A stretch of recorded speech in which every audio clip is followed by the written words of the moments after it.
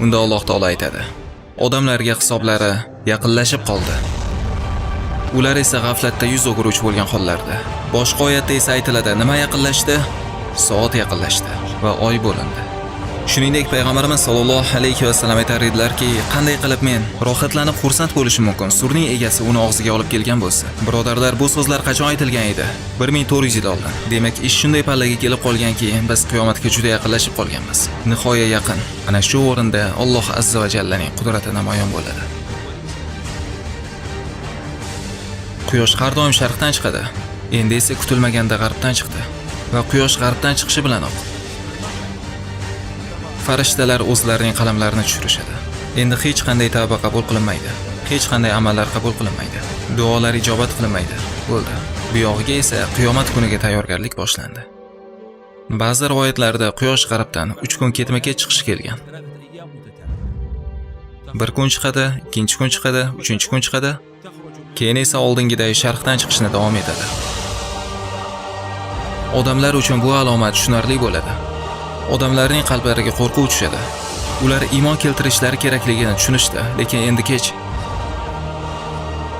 Hammasi tugadi, bo'ldi. Qiyomatning oxirgi katta alomati boshlanadi.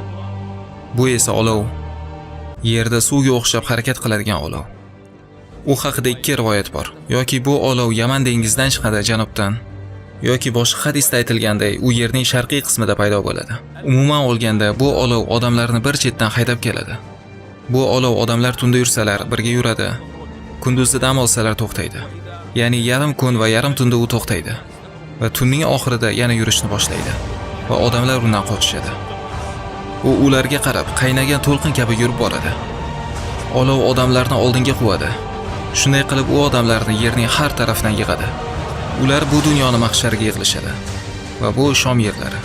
Va barcha odamlar Shomda yig'ilishgandan so'ng Alloh taolo yengil shamol yuboradi. Ipak kabi mayin shamol.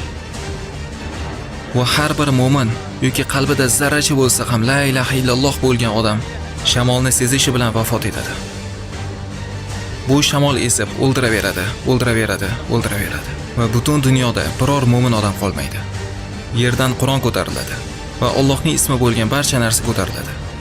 Yerda mahluqotlarning eng yomonlari qoladi. Ana o'shalarning ustiga qiyomat qoyim bo'ladi. Qiyomat qanday qoyim bo'ladi? Surning sohibi bo'lgan farishta. Uning ismi esa Isrofil. Surni payg'ambarimiz sollallohu alayhi va sallam paytida og'ziga olib kelgan va unga puflaydigan vaqtni kutib turadi. Shunday qilib og'ir sur chalinadi. Juda ham baland. Juda ham qattiq surga puflaydi. Juda baland tovush. Chaqmoq yerga urgani kabi yoki momaqaldiroqning tovushi kabi. Juda ham qo'rqinchli tovush. Uni eshitgan har kimsa qo'rqinchdan shu zahoti jon beradi. Bu tovush boshlanadi. Uni eshitgan birinchi odam bu tuyalarga yem tayyorlayotgan inson bo'ladi. Eshitish bilan o'q bo'ladi. Tovush ko'tarilib yurishni davom etadi.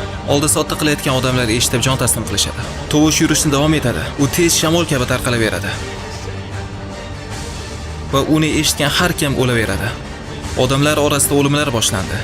Tovush ketaveradi va odamlarning joni uzilaveradi. O'laveradi, o'laveradi. Chorvalar ham nobud bo'ldi, hayvonlar nobud bo'ldi. Odamlar nobud bo'lmoqda. Tovush tepaga ko'tarilib osmonlargacha chiqadi. Va farishtalar o'lishadi. Farishtalar vafot topishgandan so'ng osmonlar muvozanatni yo'qotishadi. Tovush teparoq ko'tariladi. Osmonlar chayqalib dars ketishni boshlaydi. Ular ag'darilib, qaynagan yog' kabi qizil bo'lib qolishadi yoki qizargan ter kabi. Yulduzlar to'kiladi, quyosh bilan oy to'qnashishadi. Osmonlar yopiq edi, endi esa meteoritlar yerga qulashni boshlashdi. Yer qimirlayapti, zilzila boshlandi, qumga aylanmoqda. O'zining vulqonlari sabab portlamoqda. Vulqonlarning portlashlari dengizlarda ham bo'lmoqda va dengizlar yonyapti. Osmonlarda olov, yerda olov, dengizda olov. Odamlar nima bo'lyapti deb baqirishmoqda. Nima bo'lyapti? Tovush hali ham balandlayapti. Odamlarni o'ldirishni davom etmoqda, balandlab o'ldirishni davom etmoqda. Va bu sur to'xtagandan so'ng yer va osmonlardagi barcha vafot etishgan bo'ladi. Alloh qoldirishni xohlaganlardan tashqari. Sur chalingandan so'ng yer va osmondagi barcha vafot etadi.